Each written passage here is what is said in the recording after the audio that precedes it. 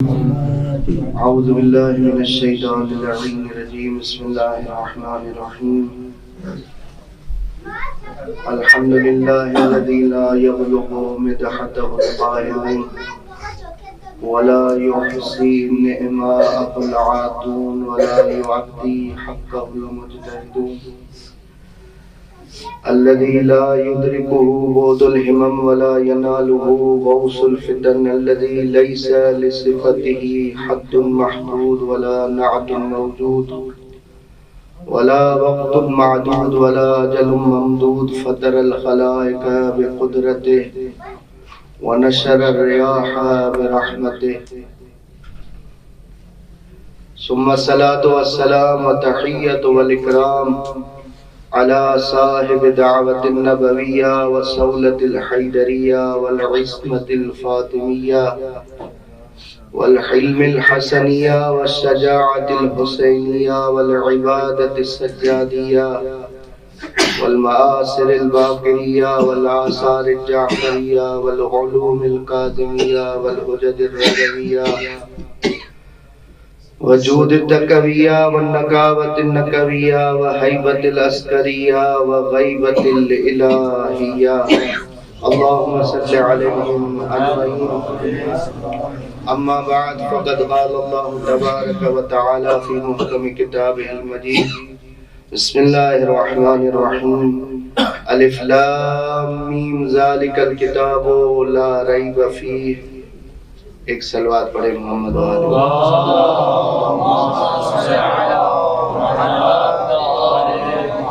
خداوند متعال سے دعا ہے کہ خداوند متعال آپ تمام کی ہم سب کی عزاداریاں اپنی بارگاہ میں قبول فرمائے اور صاحب فرش عزا سیدہ کونین کو ہم سے راضی اور خوشنود فرمائے اور جن مومنین نے عزاداریوں میں کسی بھی عنوان سے حصہ لیا ہے خدا ان کے حصے کو اپنی بارگاہ میں تمام بہترین طریقے سے اس حصے کے بدلے میں جزائے خیر عنایت فرمائے.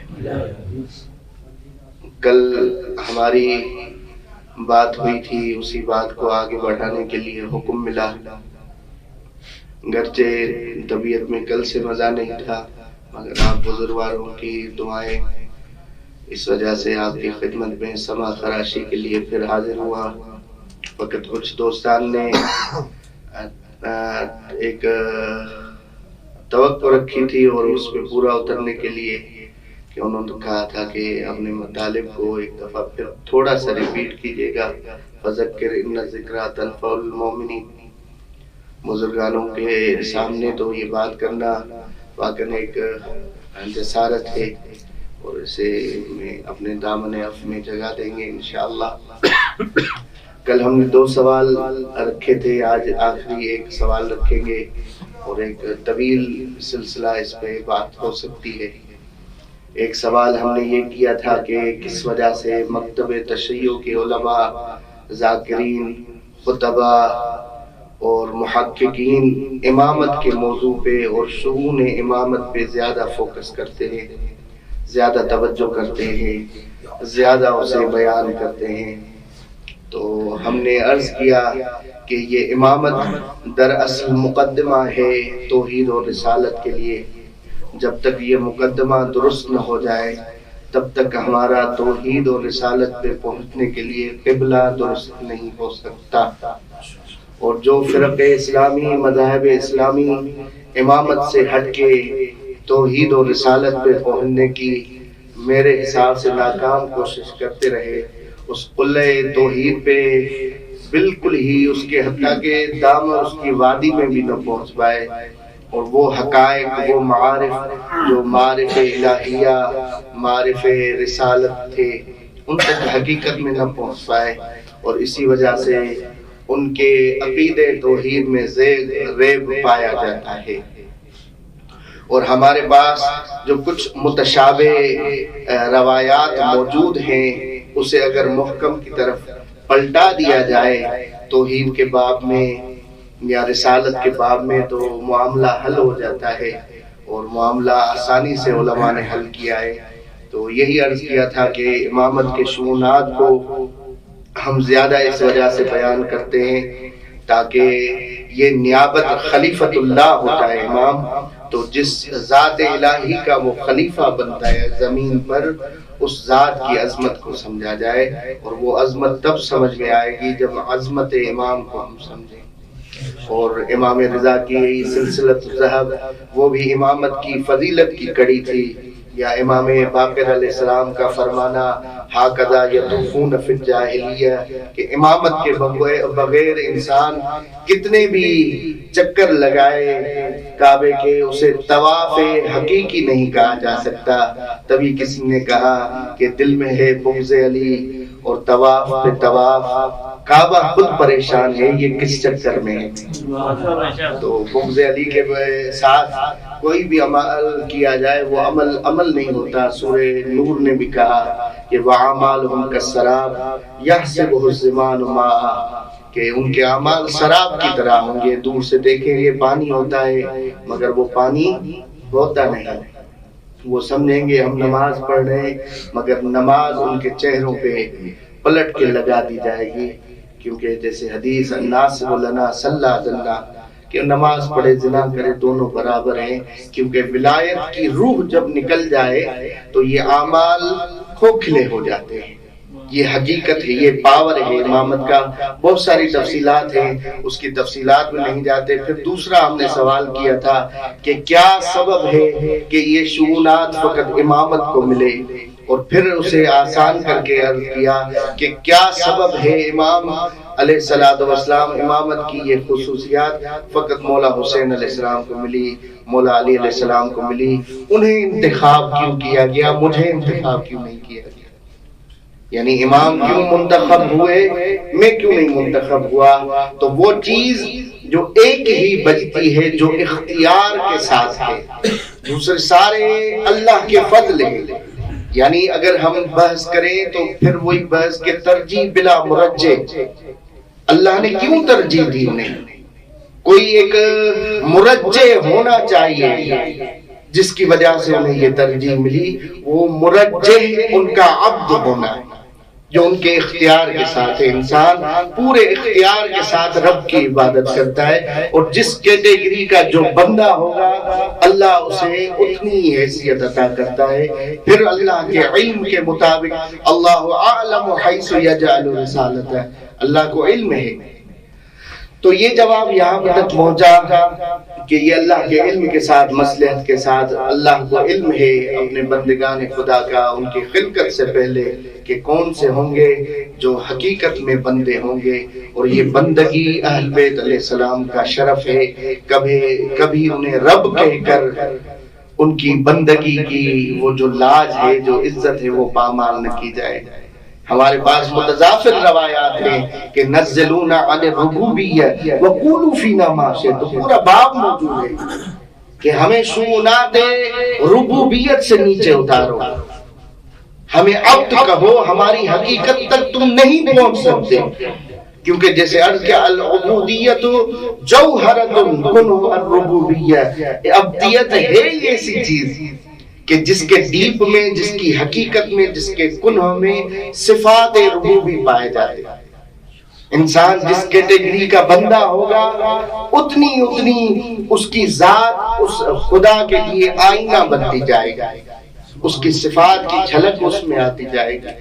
ہوگا بندہ جتنا جھکتا جائے گا اتنی، اور یہ جھکنا اس طرح، اور آپ دیکھیں ہر کوئی عبادت کرتا ہے، مگر جس طرح مولا نے تقسیم کی تھی کہ یا تجار کی عبادت ہے یا خائفین کی عبادت ہے، ایک کچھ ہستیاں ایسی ہیں جو اللہ کو عبادت کے لائق سمجھتی ہیں۔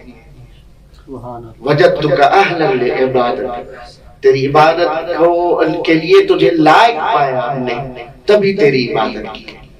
اور ہم اپنی عبادت اپنے گریبان میں دیکھیں ہم کس کیٹیگری کے بندے ہیں۔ اور یہ مولا نے ایک حساب سے اکثریت پہ یہ مہر مولا الناس عبید الدنیا، اور اسی طرح دوسرے جملے جو ملتے ہیں کہ یہ انسان دنیا کے بیٹے ہیں، اور ماں کی محبت میں بیٹوں کو کبھی قصوروار قرار نہیں دیا جا سکتا۔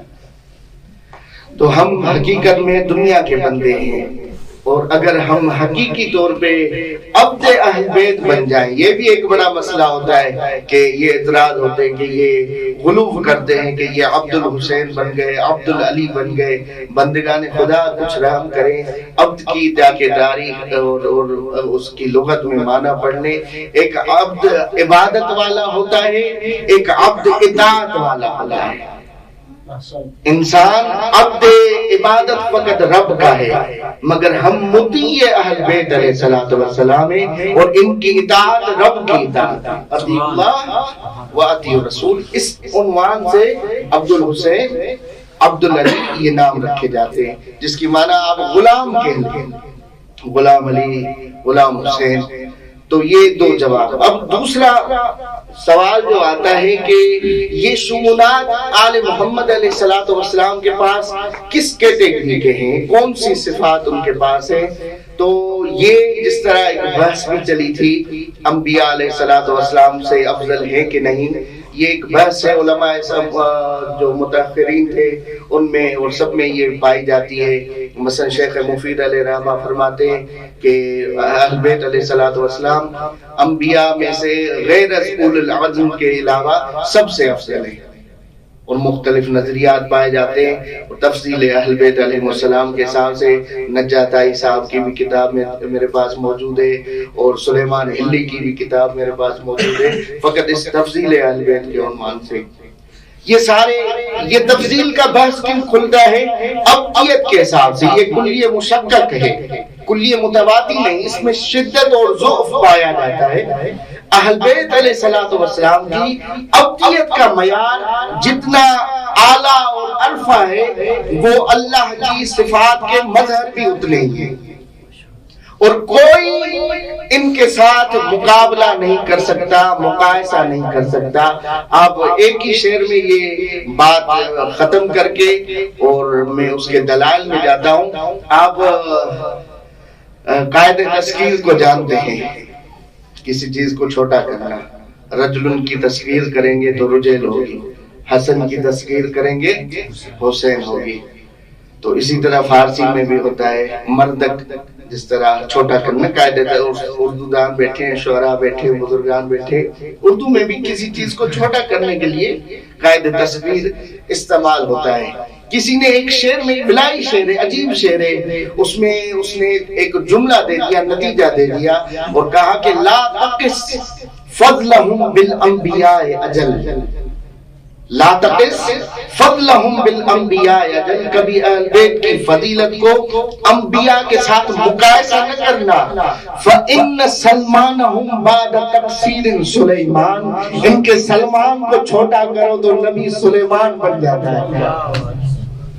فإن سلمانہم بعد تقصیر سلیمان، ان کی عظمت، اور سلیمان باب من ابواب اللہ۔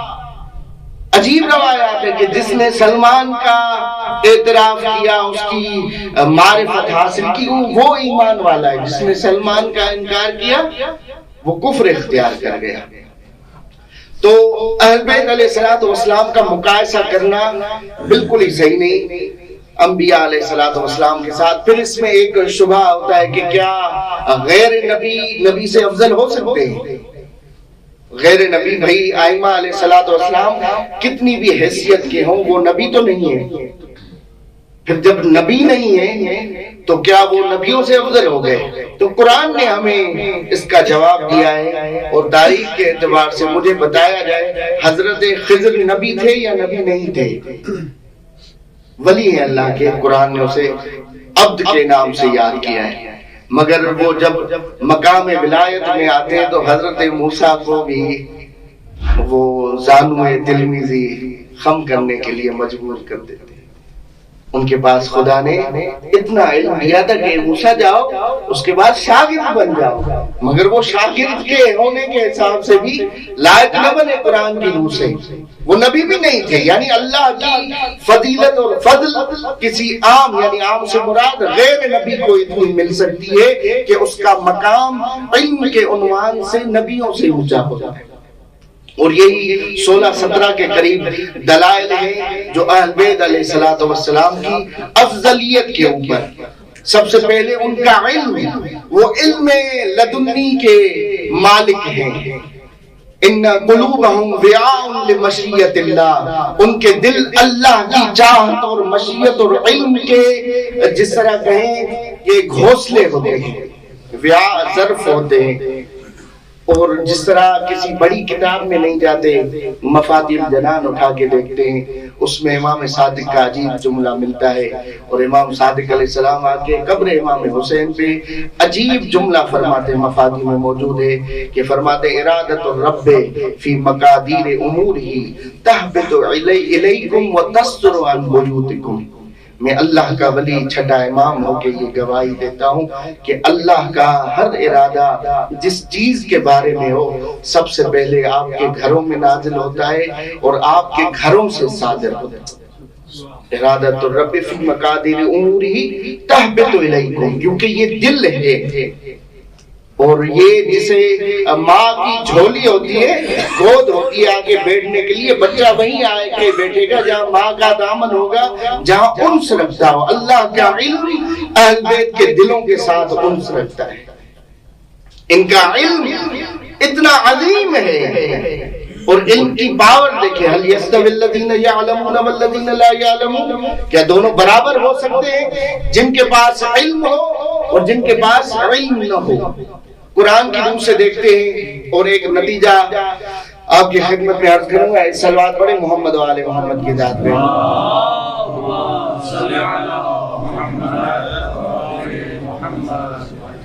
سورہ نمل چونٹی والی سورہ، جس میں 17 نمبر آیت سے بحث شروع ہوتی ہے حضرت سلیمان کے لیے۔ وَحُشِرَ سُلَيْمَانُ وَحُشِرَ لِسُلَيْمَانُ جُنُودُهُ مِنَ الْجِنِّ وَالْإِنسِ وَالطَّيْرِ فَهُمْ يُوزَعُونَ۔ حضرت سلیمان کا لشکر جس میں جن اور انسان شامل تھے اور پرندے شامل تھے، وہ آئے وادی نمل کے، حتی اذا اتوا علی وادی النمل، وہ وادی نمل میں پہنچے تو وہاں پہ ایک قصہ ہوتا ہے، قرآن نے اسے بیان کیا، قال نملۃ یا ایھا النمل ادخلوا مساکنکم لا یحطمنکم سلیمان وجنودہ وہم لا یشعرون، کہ ان میں سے چونٹیوں کے سردار نے آگے بڑھ کے کہا، اے چونٹیوں اپنے اپنے بلوں میں چلی جاؤ، کہیں ایسا نہ ہو سلیمان اور اس کا لشکر تمہیں کچل دے اور انہیں پتہ بھی نہ چلے۔ اس کی تفاسیر ہیں، آہستہ آہستہ آپ کی خدمت میں علم کی عظمت بیان کرنا چاہتا ہوں۔ علم کا پاور کیا ہے؟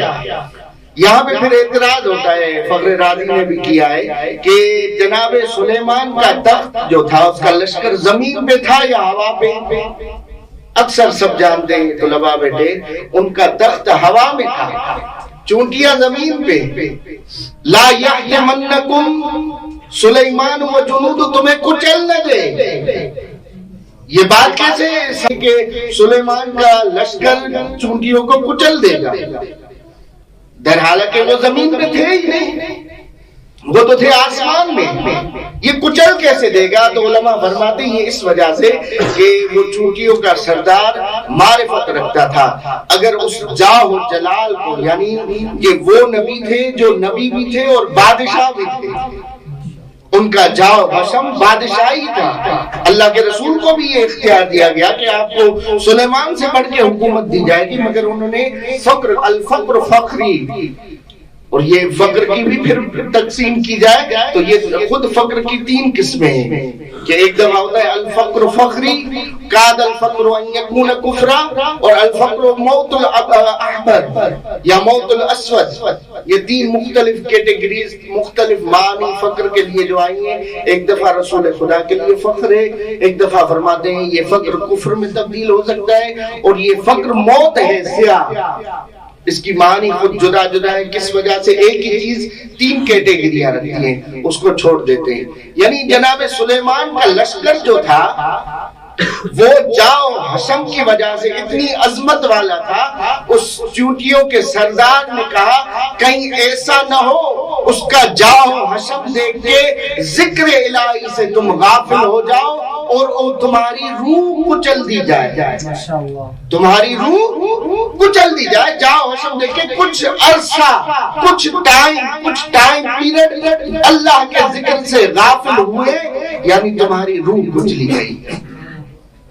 اسی وجہ سے کہا کہ ادخلوا مساکنکم لا یحطمنکم سلیمان و جنود، گھروں میں داخل ہو جاؤ کہیں سلیمان اور اس کا لشکر تمہیں کچل نہ دے.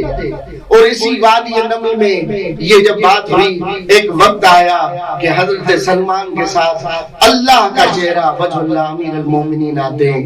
تو یہی روایت کا جملہ ہے، وہی چونٹیوں کا سردار آگے بڑھ کے کہتا ہے یا ایھا النمل اخرجوا من مساکنکم قد جاءکم ولی من اللہ. اے چونٹیوں اپنے گھروں سے باہر آ جاؤ، وہ آ گیا ہے جس کے چہرے کو دیکھنا اللہ کی عبادت ہے. اور پھر وہ تفصیلات حضرت سلمان والی کہ جس نے کہا پاک ہے وہ ذات جو اس چونٹیوں کی تعداد کو جانتی ہے. تو کہا سلمان معرفت میں اضافہ کر، ان کی تعداد تو میں بھی جانتا ہوں، حتیٰ مجھے علم ہے کہ ان میں سے نر کون سے اور مادہ کون سے. تو یہ آیت یہاں حتی اذا اتوا علی واد النمل قال نملۃ یا ایھا النمل ادخلوا مساکنکم لا یحطمنکم سلیمان وجنودہ وهم لا یشعرون فتبسم ضاحکا. پھر آگے چل دیے. اب حضرت سلیمان کے لشکر میں علم کی عظمت سمجھیے گا.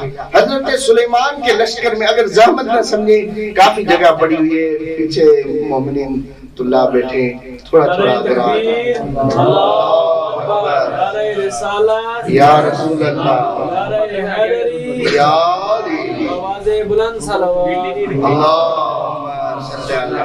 اگر طلبہ نہیں اٹھ رہے تو اس معرفت کے حساب سے میں پھر عرض کر سکتا ہوں. آپ جانتے ہیں کہ امام عصر کا ایک لقب ہے جس کو سننے کے بعد اٹھ جانا ایک اخلاقاً واجب ہے. السلام علیکم یا قائم آل محمد. اب اس کے تھوڑا آگے ماشاءاللہ آگے آ جائیں. اس عمر میں اٹھنا بھی بڑی بات ہے. ایک صلوات پڑھیں محمد و آل محمد کی ذات میں.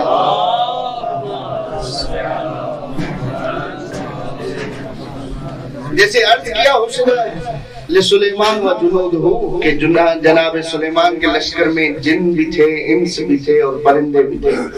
ان میں ایک پرندہ ہوا کرتا تھا جس کا نام آج بھی ہم حدود کے نام سے پہچانتے ہیں، جس کی خاصیت یہ تھی جناب سلیمان کا لشکر کبھی اپنے ساتھ پانی لے کے نہیں چلتا تھا، کیونکہ اللہ نے اس میں یہ صلاحیت رکھی تھی کہ وہ پانی کی خوشبو کئی میلوں سے سونگھ لیتا تھا اور وہاں پہ جا کے بتا دیتا تھا کہ یہاں پہ پانی ہے، اور کھود کے وہ پانی نکال پی لے. اب جب پیاس بڑی گرمی میں اور طلب کیا کہ حدود کہاں ہے، تو قرآن کہتا ہے سورہ نمل 20 نمبر آیت وَتَفَقَّدَ الطَّيْرُ فَقَالَ مَا لِي لَا أَرَىٰ الْهُدْهُدَ أَمْ كَانَ مِنَ الْغَائِبِينَ.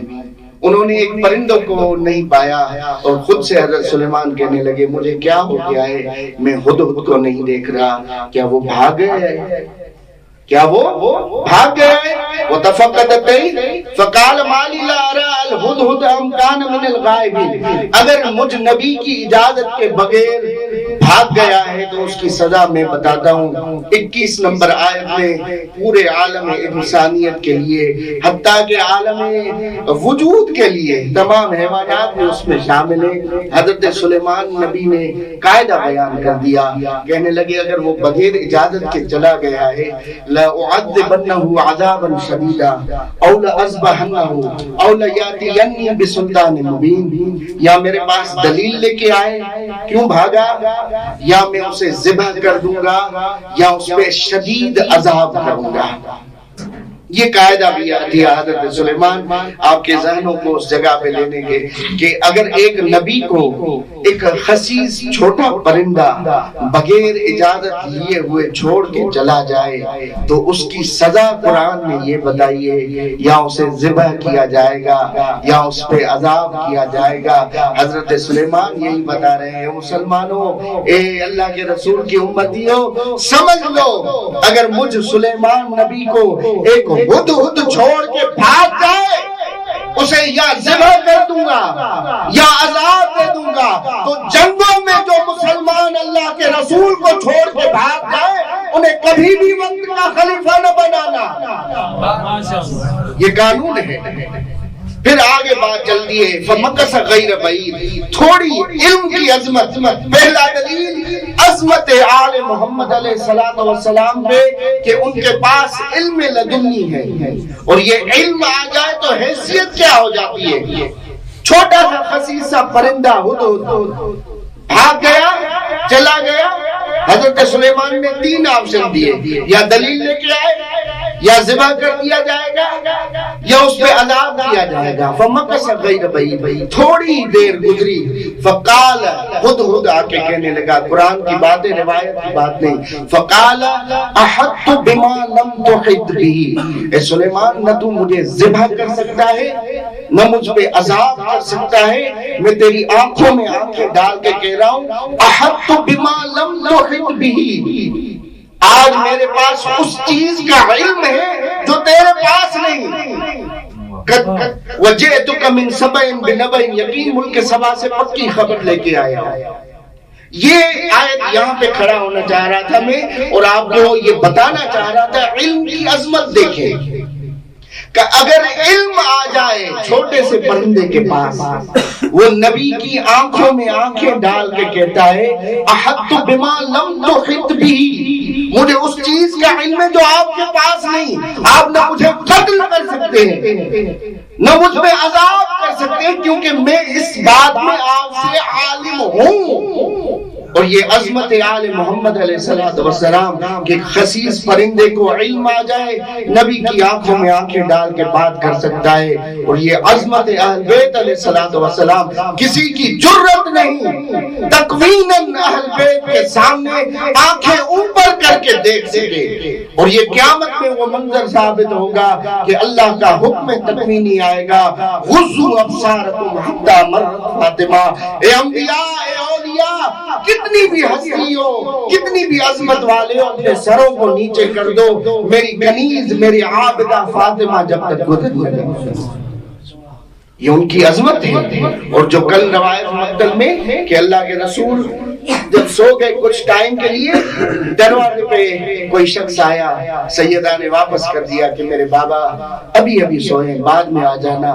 پھر اس نے دستک دی، پھر اس نے دستک دی، تو اللہ کے رسول کی آنکھیں کھلی، کہا بیٹا کیوں رو رہے ہیں؟ کہا کہ کوئی دروازے پہ سائل آیا ہے اور بار بار دروازہ ناپ کر رہا ہے، کھٹکھٹا رہا ہے، اور میں اسے جا کہہ رہی ہوں چلے جاؤ، وہ نہیں جا رہا۔ کہا سیدہ یہ تیرے در کی عظمت ہے، یہ کسی نبی کے در پہ نہیں رکا، یہ اسرائیل ہے۔ اور تبھی سید بلال نے عظمت کے شعر کہے تھے ملک الموت کے لیے کہ فرض تہذیب عقیدت کو نبھانا ورنہ ایک رعایا کی طرح سر کو جھکانا ورنہ عظمت مادر حسنین بتانا ورنہ بے اجازت در زہرا پہ نہ جانا ورنہ حق نے بخشی ہے جو توقیر وہ جا سکتی ہے، اے ملک الموت تجھے موت آ سکتی ہے۔ یہ عظمت در اہل بیت علیہ السلام ہے، اور ان کے علم کی وجہ سے اور علم کے حساب سے کئی روایات موجود ہیں کہ امام باقر علیہ السلام نے فرماتے ہیں کہ موسیٰ اور خضر کے درمیان جو مکالمہ ہوا تھا 3 چیزوں میں بحث ہوئی تھی۔ اگر خضر میرے سامنے آ جاتا میں کئی ہزار اس سے سوال پوچھتا جس کا علم خضر کے پاس بھی تھا، اور خضر کا علم اور حضرت موسیٰ علیہ السلام ان کا علم خضر کے علم کے سامنے قطرہ کالبحر، دریا کے سامنے قطرہ۔ اور حدیث کے جملے ہیں کہ خضر کا علم ہمارے اہل بیت کی مناسبت سے نسبت سے ایک قطرہ ہے جو 7 دریاؤں کے مقابلے میں ہو۔ علم اہل بیت ہے جو ان کی افضلیت علی الانبیاء کو ثابت کرتا ہے۔ یہ علم اہل بیت علیہ السلام، اس کے علاوہ 16 دلیل بیان ہوئی ہے، ان میں سے فقط ایک بیان کر کے دوسری بیان کر کے آپ کی زحمات کو تمام کروں گا۔ ایک صلوات پڑھیں محمد و آل محمد صلی اللہ علیہ وسلم۔ فقط تبرکاً جلدی ایک علم اہل بیت افضلیت کا سبب، ایک حق سببیت، لولا ما خلق اللہ احدا، اگر یہ نہ ہوتے اللہ کسی چیز کو خلق نہ کرے۔ اس کی تفصیلات ہیں، فقط یہ ٹائٹل آپ کی خدمت میں عرض کیا ہے کہ اہل بیت علیہ الصلوۃ والسلام کی وجہ سے اللہ نے تمام مخلوقات کو، انبیاء کو بھی خلق کیا. یہ حق کے سببیت ہے ان کے پاس، جس کی وجہ سے یہ افضل ہے مسبب سے. اور اسی طرح حق کے ابوت، اور امت میں ہر کوئی شامل، انا وعلی ابوا هذه الامه، اس کی تفصیلات ہیں کن نے یہ روایات نقل کیے. اور هذه الامه میں ہر نبی بھی شامل ہے. اور باپ کے ہوتے ہوئے بیٹا اگر ممبر پہ بیٹھ جائے تو وہ آپ جانتے ہیں زمانے والے بھی اسے کیا کہتے ہیں. یہ حق ابوت رکھتے ہیں اہل بیت علیہ السلام، جس کی وجہ سے یہ افضل ہیں، یہ افضلیت رکھتے ہیں دوسروں کے اوپر. اور اسی طرح حق کے شہادت، یہ گواہ بنیں گے. جس طرح سورہ نساء میں ارشاد ہوا کہ فَكَيْفَ إِذَا جِئْنَا مِنْ كُلِّ أُمَّةٍ بِشَهِيدٍ وَجِئْنَا بِكَ عَلَى هَؤُلَاءِ شَهِيدًا. اے رسول وہ وقت یاد کرو جب ہر امت کو ہم اس کے گواہ کے ساتھ لائیں گے اور آپ کو ان گواہوں کے اوپر گواہ بنا کے لائیں گے. حق شہادت اہل بیت علیہ الصلوۃ والسلام کے ساتھ مختص ہے، جس کی وجہ سے یہ افضل ہے ہر نبی سے. اور اس کی تفسیر میں ایک عجیب روایت ملتی ہے کہ اہل بیت علیہ الصلوۃ والسلام حق کے شہادت رکھتے ہیں. قرآن کی دوسرے سورہ نساء میں 41 نمبر ظاہراً آیت ہے فَكَيْفَ إِذَا جِئْنَا مِنْ كُلِّ أُمَّةٍ بِشَهِيدٍ. وہ وقت یاد کریں جب ہر امت کو اس کے گواہ کے ساتھ لائیں گے. وَجِئْنَا بِكَ عَلَى هَؤُلَاءِ شَهِيدًا، ہم آپ کو ان کے اوپر گواہ بنا کے آئیں گے. ایک راوی ظاہر یونس سے جو امام صادق علیہ الصلوۃ والسلام کے پاس بیٹھا ہوا ہے اور اللہ کے رسول کے فرزند امام صادق علیہ الصلوۃ والسلام تفصیل سے بیان کرتے ہیں. فرماتے ہیں اذا جاء یوم القیامہ وجمع اللہ الناس كلهم فاول من ينادى نوح فيقول الله له هل بلغت فيقول نعم فيقول الله من يشهد لك.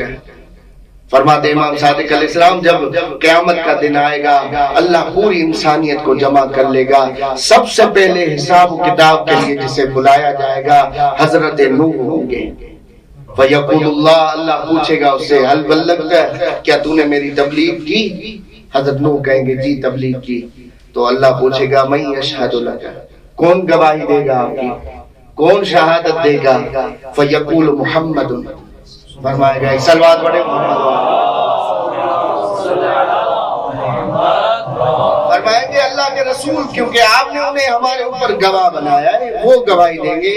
میدان محشر سے ہٹ کے حضرت نوح آئیں گے جہاں مسک کا تخت بنا ہوگا. اہل بیت علیہ الصلوۃ والسلام وہاں پہ بیٹھے ہوں گے. اللہ کے نبی حضرت نوح آ کے کہیں گے شیخ الانبیاء کہ یا رسول اللہ مجھ سے اللہ نے پوچھا ہے اے نوح تو نے میری تبلیغ کی؟ میں نے کہا اللہ نے پوچھا ہے کون گواہی دے گا؟ میں نے آپ کا نام لیا ہے، آپ چلیں اور میری گواہی دیں. تو عجیب روایت کے جملے فرماتے ہیں میں اور آپ کی گواہی. پیچھے مڑ کے دیکھ کے کہتے ہیں یا جعفر و یا حمزہ اذهبا واشهدا له انه قد بلغ. اے بھائی جعفر، اے چچا حمزہ اٹھو، جا کے نوح کی گواہی دے کے آؤ، اس نے تبلیغ خدا کی. فرماتے فجعفر و حمزہ ہم الشاہدان للانبیاء بما بلغوا. ایک کم 1,24,000 نبیوں کی رسالت کا گواہ حضرت جعفر طیار اور حضرت حمزہ ہوں گے اسد اللہ. جب یہ بات ہوئی شاید اس طرح آپ چپ بیٹھے، راوی چپ نہ رہا، اس نے آگے بڑھ کے پوچھا فَأَيْنَ عَلِي. روایت کے جملے اے فرزند رسول علی کہاں ہوں گے؟ اتنا بڑا فضیلت کا مقام ہے، نبیوں کی رسالت اور ان کی نبوت کی گواہی ہو رہی ہے. مولا علی چلے جاتے اور وہ جا کے گواہی دیتے. فَأَيْنَ علی، علی کہاں ہوں گے، وہ کیوں نہیں جا رہے؟ مولا فرماتے ہیں هُوَ أَعْظَمُ مَنزِلَةٍ مِّن ذَلِكَ. علی کی عظمت اس سے بلند ہے کہ وہ ایک کم 1,24,000 نبیوں کی جا کے گواہی دیتے. اور اس کا بھی جواب روایت موجود مگر آیت میں بھی ہے جس پہ مولا نے فخر کیا ہے کہ میں فقط گواہ ایک ہی شخص کا ہوں، وہ ہے رسول مدنی، جس کا گواہ خود رب ہے اور میں ہوں۔ علی فقط انبیاء میں سے رسول خدا کا گواہ۔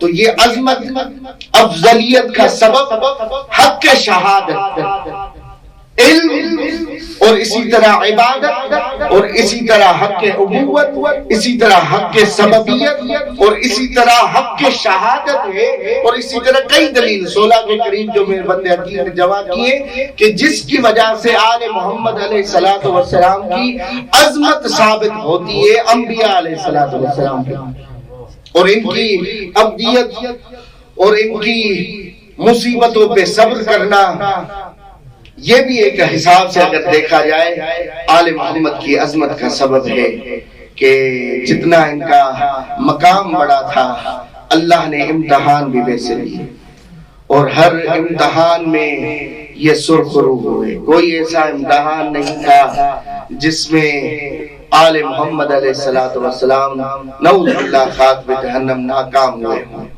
کوئی بھی ایسا امتحان، چاہے وہ ناموس کا امتحان ہو، چاہے وہ اپنی جان سے درگزر کرنے کا امتحان ہو، آل محمد علیہ السلام کا مقام ایسا تھا، وہ عظمت خداوند متعال کو جانتے تھے کہ عظمت خدا متعال اس سے بڑھ کے ہے کہ ہماری جانیں اس پہ قربان نہ ہو، ہماری جانیں پوری کائنات کی جانیں رب کی اس وحدانیت پہ قربان ہو جائیں۔ آل محمد علیہ السلام کا ایک شرف یہ بھی ہے کہ پورے انبیاء کے اوپر ایسی مصیبات نہیں آئی جو اس گھرانے کے اکیلے کے اوپر آئی، اور شریف بندے بیٹھے، عزتدار بندے بیٹھے ہیں، اور طلبہ اس جو فقط خاص ایک مسائل پڑھنا چاہتا ہوں اس سے گزرتے رہتے ہیں طالب علم بھی۔ آج شب شہادت ولی نعمت ہے جس کے ٹکڑوں پہ ہم پل رہے ہیں، جس کے حرم میں جا کے جس کا کوئی بابا وفات کر گیا ہے، جس کی والدہ چلی گئی ہے، کسی کا بھائی انتقال کر گیا ہے، جب ان کی دل میں یاد آتی ہے اب شفیق، اب شفیق، اس پہ پاس چلے جاتے ہیں جو باپ کی طرح بھی ہے، بھائی کی طرح بھی ہے، اور ایک والدہ کی طرح عزت بھی دیتا ہے، تکریم بھی دیتا ہے، اور خیال بھی رکھتا ہے ولی نے۔ امام رضا علیہ السلام، امام رضا علیہ السلام کے شہادت کے اوپر جو مسائل موجود ہیں، اگر مقتل میں دیکھیں بزرگان بیٹھے کہ مولا کی شہادت سے پہلے جو گریہ ہوا ہے، جو خود امام علیہ السلام نے جیسے ہم اپنی زبان میں کہیں ہلکا بندوا کے اپنے اوپر ماتم مدینے میں کروایا ہے۔ کسی امام کے لیے ظاہری طور پہ یہ ہمیں نہیں ملتا کہ یہ کوئی امام اپنے پیاروں سے جب ودا کر رہا ہو، اور آپ بھی اس حالات سے ضرور گزرتے ہوں گے، اور یہ حقیقت ہے، یہ فطرت انسانی ہے کہ جب بھی اپنے پیاروں سے ودا کرتا ہے، آپ بھی پاکستان جاتے ہیں، وہاں سے جب ودا کرتے ہیں ایک عجیب کیفیت ہوتی ہے کہ ہم پھر واپس آگے اپنے رشتہ داروں سے ملیں گے کہ نہیں، یہ پھر بھی ہوتا ہے انشاءاللہ اگلے سال آگے مل لیں گے، مگر معصوم علیہ السلام ظاہراً بتا کے جا رہے ہیں کہ میرے اوپر ماتم کر لو، آج تمہارے درمیان رضا آخری دفعہ موجود ہے۔ اپنی بہنوں کو، شریف بہنوں کو بلایا، اپنے بھائیوں کو، رشتہ داروں کو، رضا امام کے اوپر تم ماتم کر لو، پھر تمہیں رضا کی تصویر نظر نہیں آئے گی۔ امام رضا علیہ السلام کے اس جملے کے بعد مولا کی بہنیں، مولا کے رشتہ دار بھائی بہن کر کے رو رہے تھے، یا رسول اللہ تیرا آج بیٹا رخصت ہو رہا ہے، پھر شاید کامیابی قیامت کے دن جا کے ہمیں زیارت نصیب ہوگی۔ یہ ودا اتنا سخت تھا کہ روایت کے جملے امام رضا علیہ السلام رو رو کے زمین میں بیٹھ جاتے ہیں، اور امام علیہ السلام شاید اس ودا کو یاد کرتے ہوں گے جو کربلا کی زمین پہ ایک بھائی نے اپنی بہن سے کیا تھا، جب امام حسین علیہ السلام جناب زینب حالت میں آگے کہتے ہیں بہن زینب میرے لیے وہ پرانی قمیص لے کے آؤ۔ بی بی نے جب پرانی قمیص کے کرتے کا نام سنا بی بی مضطرب ہو جاتی ہے، رونا شروع کر دیتی ہے۔ جناب حسین کہتے ہیں بہن زینب کیوں رو رہی ہے؟ کہا بھائی تم نے پرانی قمیص پرانے کرتے کا ذکر کیا، مجھے اماں کی وصیت مدینے میں یاد آ گئی تھی۔ اماں نے مجھے کہا تھا اے زینب جب حسین تجھ سے پرانا کرتا مانگے تو سمجھ لینا حسین کچھ گھنٹوں کا مہمان ہے، اور مجھ زہرا کی طرف سے حسین کی گردن پہ بوسہ دینا اور کہنا حسین اللہ حافظ۔ جب یہ بات ہوئی حسین آگے بڑھ کے کہتے ہیں اے بہن اگر تم نے اماں کی وصیت میں عمل کیا ہے تو مجھے بابا کی وصیت میں عمل کیا ہے۔ بابا نے 21 رمضان کی رات مجھے وصیت کی تھی اے حسین جب زینب سے ودا کرنا علی کی طرف سے زینب کے بازوؤں پہ جھومنا اور کہنا زینب خدا حافظ، اور زینب تو جانے اور شام کا بازار۔ اللہ لعنت اللہ علی قوم ظالمین۔